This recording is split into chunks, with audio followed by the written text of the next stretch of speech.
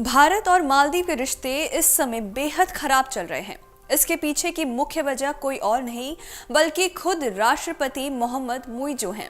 उन्होंने अपने चुनावी अभियान के दौरान खुलकर भारत विरोधी नारा दिया था। अब जब मुइज़ो सत्ता में आ गए हैं तो उनके मंत्री और पार्टी नेता बेकाबू हो गए हैं। दशकों से सच्चा साथी रहा भारत अब मालदीव के सत्ताधारियों के निशाने पर है। दरअसल प्रधानमंत्री मोदी ने लक्षद्वीप के एक समुद्र तट पर बनाया गया अपना वीडियो सोशल मीडिया पर शेयर किया था। इसके बाद मालदीव के मंत्रियों और कुछ अन्य ने उनके लिए अपमानजनक भाषा का इस्तेमाल किया, जिसके बाद सोशल मीडिया पर विवाद खड़ा हो गया। इस पूरे विवाद में सबसे ज्यादा घाटा मालदीव को ही होने वाला है। इसमें कोई दो राय नहीं है कि मालदीव पर्यटन के मामले में एक विकसित देश है, लेकिन एक खूबसूरत पर्यटन स्थल अब भारतीय पर्यटकों के बहिष्कार के खतरे का सामना कर रहा है, जिससे इसकी अर्थव्यवस्था का मुख्य स्रोत खतरे में पड़ रहा है। पिछले साल भारतीय पर्यटक राष्ट्रीयता के आधार पर मालदीव की यात्रा करने वाले सबसे बड़े समूह थे, यानी कि किसी भी देश से मालदीव आने वाले पर्यटकों में भारतीय सबसे ज्यादा और पहले नंबर पर थे। भारतीयों ने मालदीव की पर्यटन संचालित अर्थव्यवस्था में महत्वपूर्ण योगदान दिया है। मालदीव भारत की 140 करोड़ की तुलना में 5,20,000 की आबादी वाला एक छोटा सा द्वीप राष्ट्र है। ये भोजन, बुनियादी ढांचे और तकनीकी प्रगति जैसे आवश्यक चीजों के लिए अपने विशाल पड़ोसी देश भारत पर बहुत अधिक निर्भर करता है।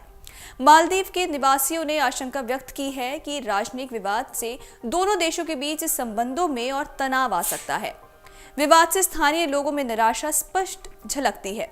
वे न केवल भारत द्वारा संभावित बहिष्कार को लेकर सहमे हैं, बल्कि अपनी सरकार पर भी निशाना साध रहे हैं। मालदीवियन नेशनल यूनिवर्सिटी की एक छात्रा का कहना है कि हम बहिष्कार के आह्वान से निराश हैं, लेकिन हम अपनी सरकार से ज्यादा निराश हैं। हमारे अधिकारियों की ओर से अच्छे फैसलों की कमी देखी गई है। अपनी भारत फर्स्ट नीति के लिए मशहूर मालदीवियन डेमोक्रेटिक पार्टी से जुड़े एक अधिकारी का कहना है कि उनका देश भोजन, शिक्षा और स्वास्थ्य देखभाल के लिए भी भारत पर ही निर्भर है। राजनीतिक दरार मालदीव के लिए आर्थिक जोखिम पैदा कर सकती है। इसके अलावा इसका सांस्कृतिक, आर्थिक और भू राजनीतिक संबंधों पर भी गहरा असर पड़ने की आशंका है। भारत एक रणनीतिक सहयोगी है, जिसके द्वीपों पर सैन्य कर्मी और हेलीकॉप्टर तैनात हैं। हालांकि चीन समर्थक माने जाने वाले मुइज़ो के नवंबर में चुने जाने के बाद से रिश्ते खराब हो गए हैं। आपको ये भी बता देते हैं कि मालदीव अपने माल के आयात के लिए विभिन्न देशों पर निर्भर है। 2022 में भारत इसका दूसरा सबसे बड़ा योगदान करता था, जो देश के कुल आयात का 14% से अधिक था, यानी कि मालदीव अपनी जरूरत का 14% भारत से मांगता है।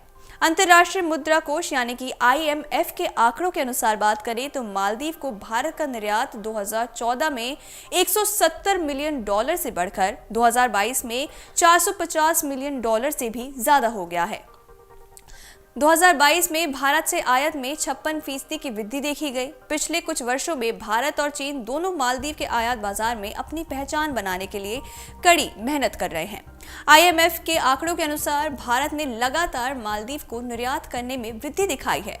मालदीव के कुल आयात में भारत की हिस्सेदारी 2014 में 8.55% से बढ़कर 2022 में 14.12% हो गई है। चीन की हिस्सेदारी कई वर्षों से भारत से अधिक रही है, लेकिन 2022 में ये कम थी।